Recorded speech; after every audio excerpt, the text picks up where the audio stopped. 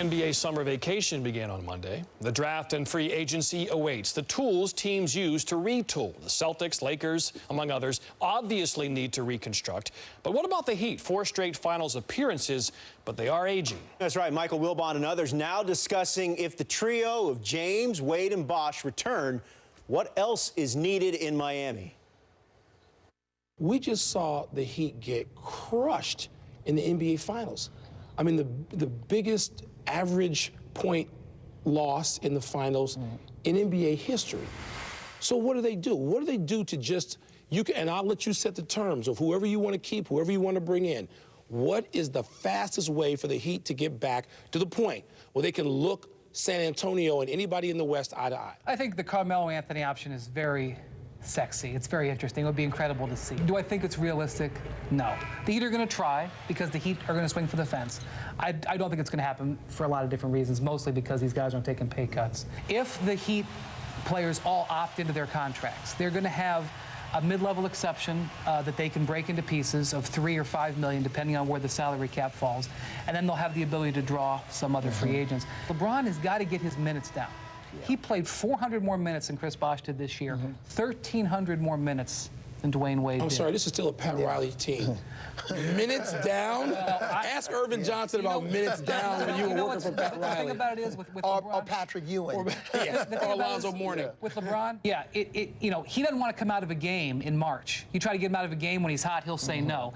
But he's making the decision now. And now, he says, I got to get my minutes down. So you have to get some players. It's an organizational change in philosophy, Brian. Give me somebody not named Carmelo Anthony that you could add to the mix, Chris, and we'll start with you. Give me a player or two that you could reasonably, actually, not sports radio talk ad. Well, you know, I want to have Kobe Bryant come. No. Give me somebody who actually could wind up in a Heat uniform next year that can help this team get back to where they were. I don't think they can get this guy. He's not totally out of the realm of possibility, but Kyle Lowry would be a great fit. We know he can defend, we know he can play offensively, and he's tough-minded.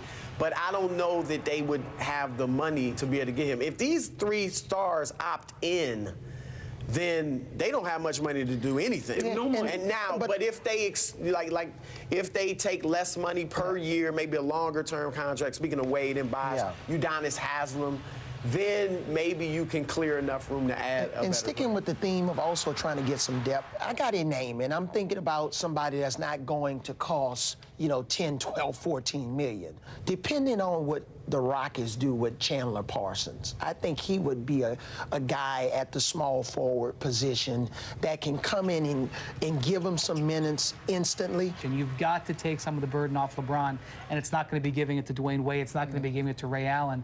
He's got to have somebody that plays his position. But you've also got a Luol Deng out there who I don't know that he's willing to take less money. But he's a guy that, maybe he wants to compete for a championship. Obviously those guys respect him.